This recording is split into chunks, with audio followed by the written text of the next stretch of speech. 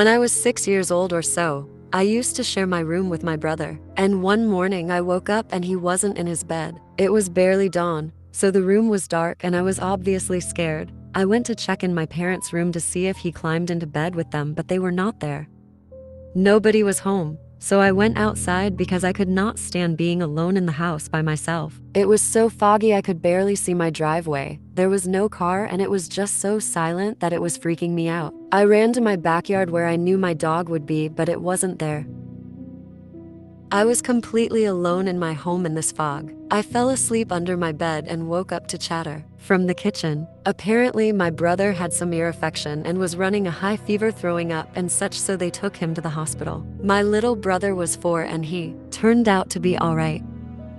My dog was just out and about somewhere in the neighborhood and just wasn't close to my house when I was out there. In southern Louisiana, we don't have fences in a lot of the neighborhoods, and we lived a little distant from the next house over, so this was common. Late last night, I woke up to the sound of someone crying. It was an eerie sound and surprisingly loud as well. Although I wanted to get up and go check it out, I was a bit scared and tired, so I ignored it by hiding under the covers. Today at breakfast, I told my roommate about it. "That was me," she replied, with a tone of fear in her voice. What a relief, I thought, until when she said, "I was crying because I saw something watching you while you were asleep." So I lost my phone. Last night, a friend rushed me out of the house to catch the opening act at a local bar's music night. After a few drinks, I realized my phone wasn't in my pocket. I checked the table we were sitting at, the bar, the bathrooms, and, after no luck, I used my friend's phone to call mine. After 2 rings, someone answered, gave out a low, raspy giggle, and hung up. They didn't answer again. I eventually gave it up as a lost and headed home. I found my phone laying on my nightstand, right where I left it.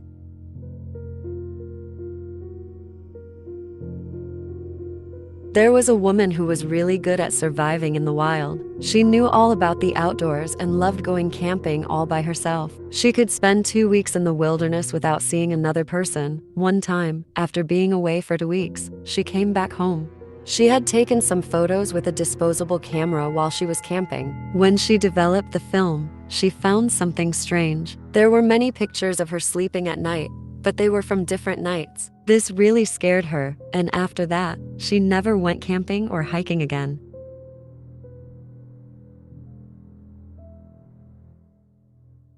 My daughter is scared of thunderstorms, so when I felt a tug at the bed cover, I told her to climb into bed with me. Something was wrong when I heard her come into the room a few minutes later. She asked, "Mom, why is my doll on your bed?"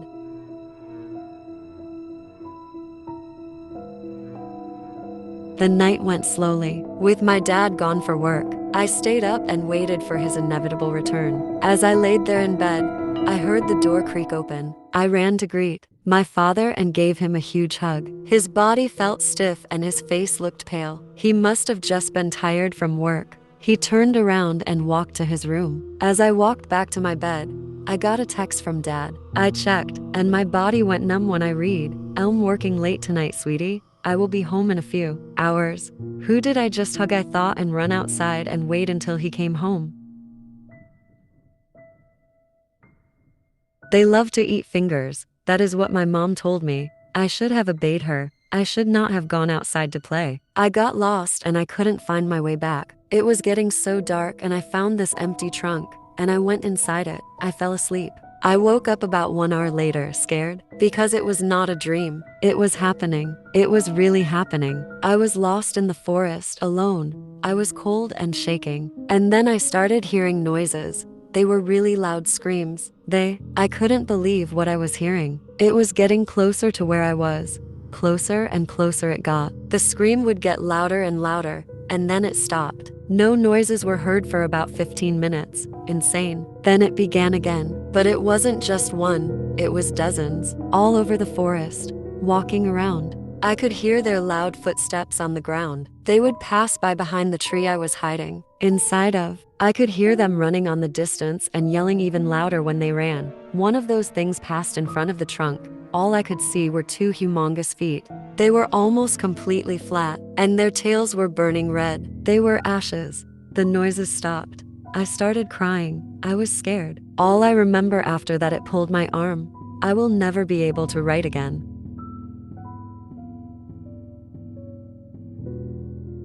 There are strange, inexplicable moments where, when a child is scared in the night, calling for his mom, a woman will come to his bedside to calm him. She'll check under the bed, in his closet, wherever he might believe the monsters to be, before giving him a soft kiss, wishing him sweet dreams. This woman is never the child's mother. Yet, somehow, the figure gives him no fear. Some believe that the woman is an angel, keeping watch over those scared, in the dark. But a sad few know it is a ghost making sure that nothing else eats her future meal. I keep seeing a woman murder all of my loved ones. I would say something, but I see them when I look in the mirror. They look me dead in the eye and make a thumbs down position with their hand. They then slowly swipe it across my neck and smile. They scare me. They terrify me. I just want to be free of this burden I have to bear. I don't want to see the woman in the mirror murder any other people that I love, but the catch is, I am the only person I see in the mirror.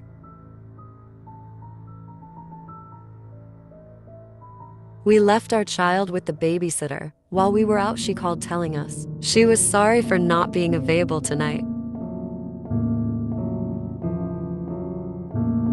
A girl got on a train one night. She sat down opposite this woman, who sat between two men. She was not too bothered about them, except the fact that the woman seemed to be staring at her. But she couldn't quit see because the woman had her hood up. At the next step, a man got on the train and sat next to the girl. After about 5 minutes, the guy whispered to the girl, "Get off the next stop with me. It's important that you trust me." The next stop, the girl got off the train with the man and watched the train speed by. The man turned to the girl and said, "Thank God, I'm a doctor," and that woman was dead. The two men beside her were holding her up.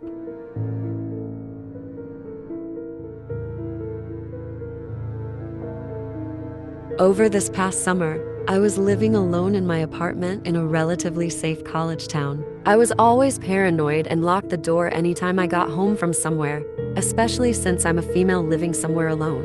One morning I woke up to go to the bathroom, and as I'm in there, I hear the front door creak open. Obviously scared, I carefully leave the bathroom and look around the corner to see the front door open about 6 inches. I slowly check the apartment for intruders only to find nothing. Somehow the door was unlocked while I was sleeping and opened by what I choose to call the wind. Needless to say, for the rest of the time I was alone in the apartment. I had my knife close by. As I was walking on a very dark street, I saw a man staring at me. I was afraid, but kept walking, and the man did not even approach me. Next day, when I walk on the same street again, the man asks, "Hey, where's that old lady that was walking with you yesterday?" I was heading to the bathroom and on the second floor of my aunt's house when I saw my cousin, April, on the stairs. April was 4 and very animated. She was busy making funny faces while sitting on the stairs. I asked her what she was doing. She said, "I'm copying the lady with the braid." I looked around. There was no one else but us. I asked, "Where's the lady, April?" She pointed to a beam running parallel to the stairwell. I asked, "April, what is the lady doing?" She said, making funny faces. I smiled and started walking up the stairs again, when April said something that stopped me in my tracks. And what she said was, "Her braids is around her neck." I turned back and asked April to repeat herself. April pointed. "The lady is hanging by her braid. She's making funny faces." Then April started making a face, which I then realized was at someone gasping for air. When I showed my 4-year-old daughter her photograph for the fire time, she shook her head and said, "But Daddy, I look different in the mirror with black hair, blue eyes and a tiny mole on the right cheek." She was describing my little sister, who had suffocated to death in the attic while playing hide and seek with me.